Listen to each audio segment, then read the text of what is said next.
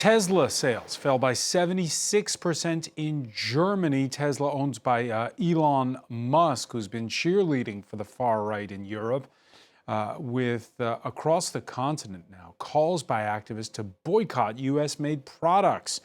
It's a report by partner station France 2, read by August Hackinson. Edouard Rosé is a hop farmer in northern France. A few days ago, he started a group on a social platform aiming to boycott American products. We are promoting French alternatives. Everyone can show support for one another. People have been shocked by recent events. Over 4,000 people have joined his cause online, a movement sparked by the intense dispute between Ukrainian President Zelensky and Donald Trump. As a European, I feel humiliated and attacked. I had a terrible day watching that video. I kept thinking, what can we do? We are really under the heel of the Americans. Throughout Europe and in different languages, calls for a boycott are multiplying. This Swedish group has gathered 40,000 members, and in Norway, the largest port operator has announced it will immediately stop fueling American ships. But the question is if European consumers can truly live without American brands, which are very present on the continent. In France, for example, most American products are made locally. 3 major agri-food giants, Mars, Coca-Cola and Colgate-Palmolive, operate 15 factories in the country, employing thousands. Consumers are divided over the boycott. There may be other ways to address this than the boycott. Personally, I don't have immediate solutions, but it's the first thing we think of and act upon. However, I'm not sure what the outcome will be. Last month, carmaker Tesla saw a 45% drop in sales in the EU after its CEO Elon Musk intervened repeatedly in the politics of Europe and made several controversial statements as well as a Nazi-like gesture. And for more, we're joined by John Denton, Secretary General of the Paris-based International Chamber of Commerce. Thanks for being with us here on Thanks very much for having me, and happy International Women's Day. International Women's Day, March 8th, coming up in just a few days. Let me ask you, John, these calls to boycott U.S.-made products, what's your reaction? Oh, it's crazy. I mean, let's get focused on what the real issues are here. I mean, let's have a look at the context.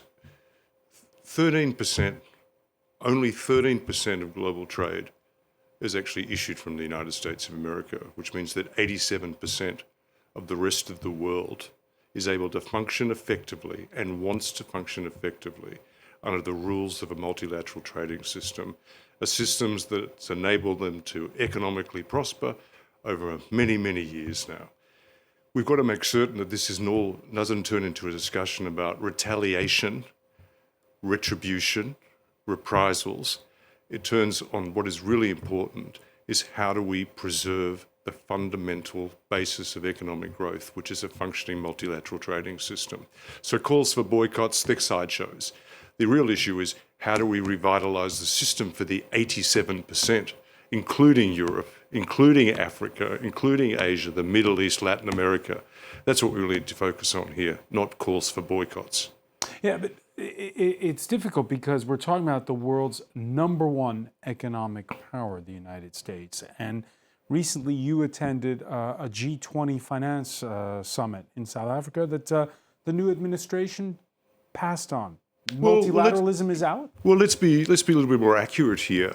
Yeah, I was there, and there was U.S. business there, but also the chairman of the Federal Reserve was there. So the U.S. was present on an important aspect of the G20 process, which is about financial stability. And of course, when you have the chair of the Federal Reserve, it's a pretty serious conversation. So the U.S. was engaged in that. We actually take very seriously the G20 because the G20 is an instrument or a bit of global architecture that helps focus on priorities for driving economic growth. We're actually very excited about the South African leadership, and I do know the calls on the statements that have been made for boycott are part of that by the US. But let's see where this gets to during the course of the year. It's early days yet.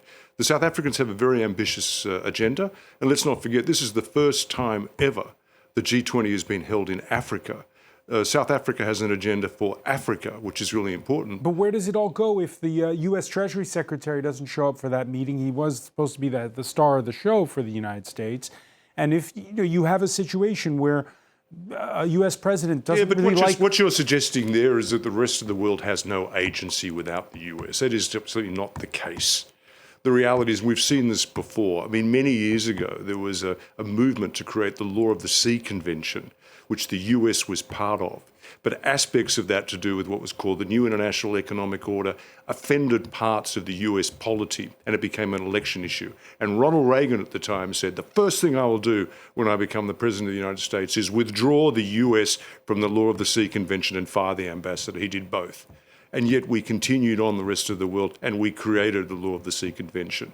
And guess who relies on that, even without ratifying it, is the US. So the rest of the world, the 87% who are not involved in the current drama between the US, Canada, Mexico and China can continue on. And those parties, Canada, Mexico and China, need to be part of this coalition moving forward to revitalise it. And in the end, of course, we want to make certain that the US can align economically because it's in everyone's interest for it to do so. And it's in the US's interest as well. They are a net player, and a very important player in economic opportunity. We want to make certain they're fully engaged in the global world. It's very difficult to unwind the value chains that have driven a lot of the success of the US companies over the last 30 years. And we'll find that will be one of the hardest things to do because they've actually relied on the law of comparative advantage to build their economic model. But are we headed towards a race to the bottom on regulation? And we see it more specifically in the case of the sort of a Trump effect, some are calling it, here in Europe with a pushing back, a relaxing of environmental targets. Well, that's an interesting issue. I mean, I don't see, I live in Paris, but I don't see the polity arguing for a lessening of standards. What they want to do is get the balance right all the time. And I think it would be widely accepted that there's been an overbalance towards regulation. I think one of the interesting elements is that when you face, I think, the challenges that Europe is having at the moment, particularly what may happen with the US, rather than retribution, rather than using the big bazooka, as Mario Draghi has said, let's have a look at what we can do ourselves in terms of creating a more competitive Europe. Why, for example, would Europe do anything other than seek to engage right now with Mercosur?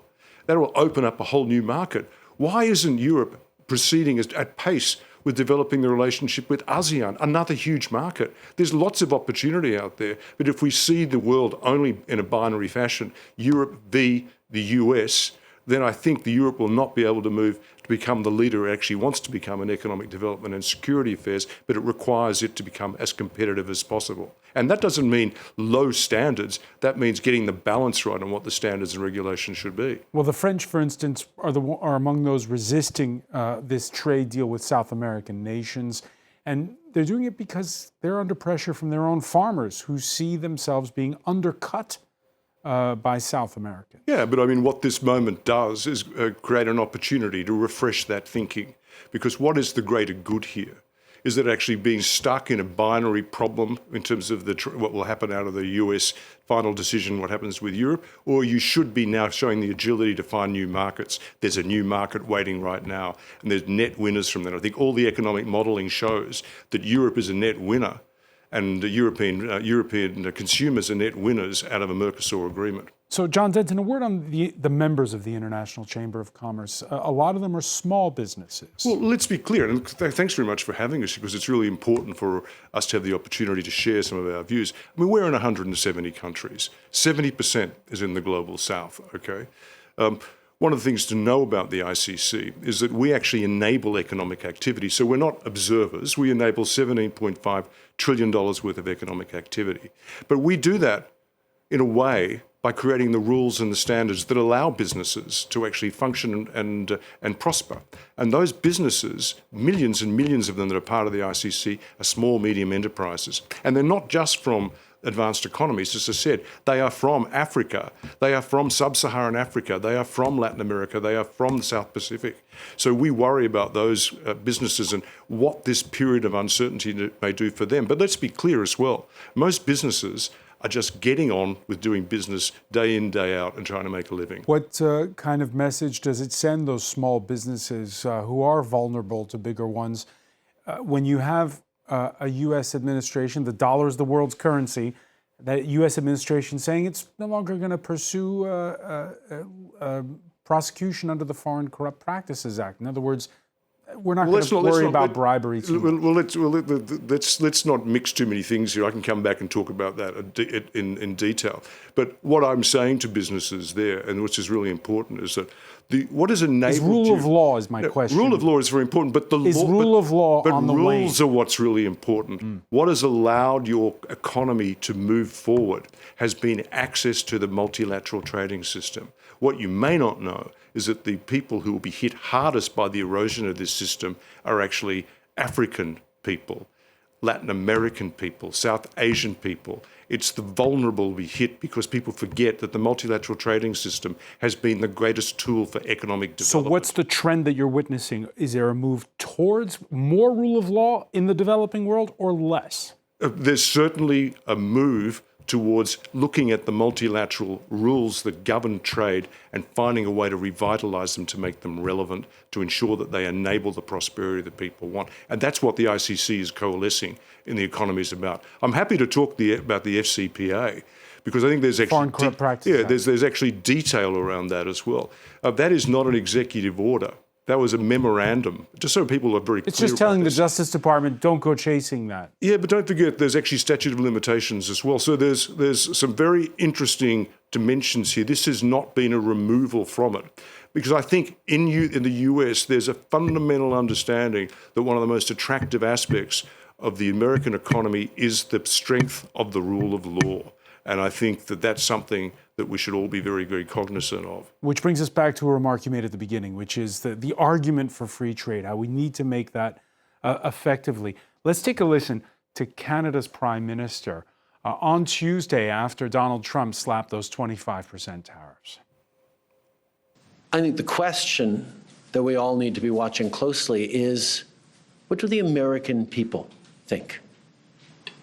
How do Americans feel about jettisoning one's friends and allies in favor of a country that has never wished Americans well and continues to act in ways that harm the global economy and specifically the American economy and American values and principles?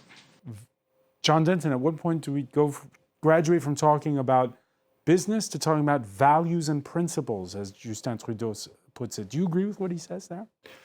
Well, I think the reality is extremely complicated for Canada and for Mexico. What is really difficult to discern here is what is the end game.